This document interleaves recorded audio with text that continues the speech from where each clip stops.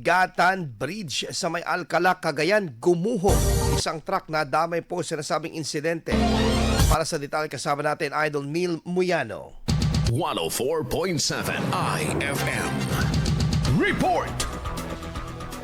Bumigay kahapon, ika-6 ng Oktubre ang Pigatan Bridge sa bayan ng Alcala, Cagayan dahilan upang pansamantalang hindi madaanan ng anumang uri ng sasakyan. Batay sa inisyal na impormasyon mula sa Municipal Disaster Risk Reduction and Management Office o MDRRMO Alcala, ilang trailer truck ang nadamay at bumagsak sa ilog habang tumatawid sa tulay nang mangyari ang insidente. Agad na rumisponde ang MDRRMO at pulisya upang magsagwa ng rescue at clearing operations.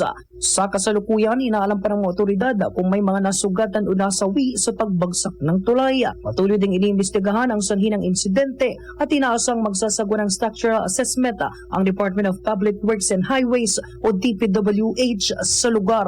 Kasama mo mula rito sa FM News Tagupan, ito si Idol Neil Muyano, Tatak IFM. IFM News. IFM News.